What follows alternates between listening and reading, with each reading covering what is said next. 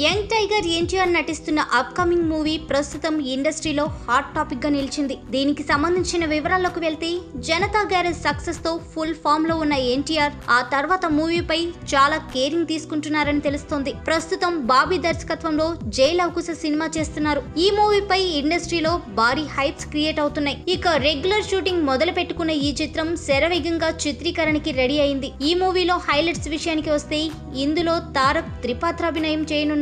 అయితే ఈ మూవీలో ఓ ప్రత్యేకత ఉంది.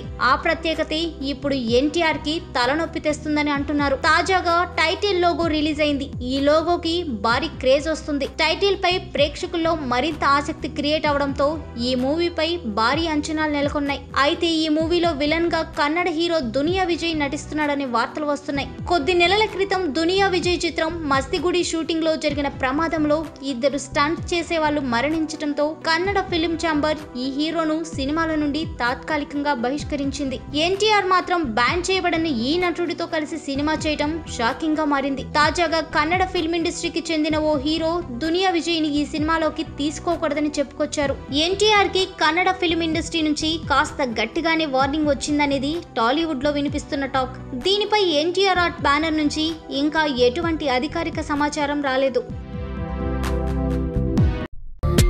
ఇలాంటి మరిన్ని తెలుగు టాపిక్స్ గురించి తెలుసుకోవాలంటే మా తెలుగు ట్రెండ్స్ ఛానల్ కి సబ్స్క్రైబ్ చేయండి.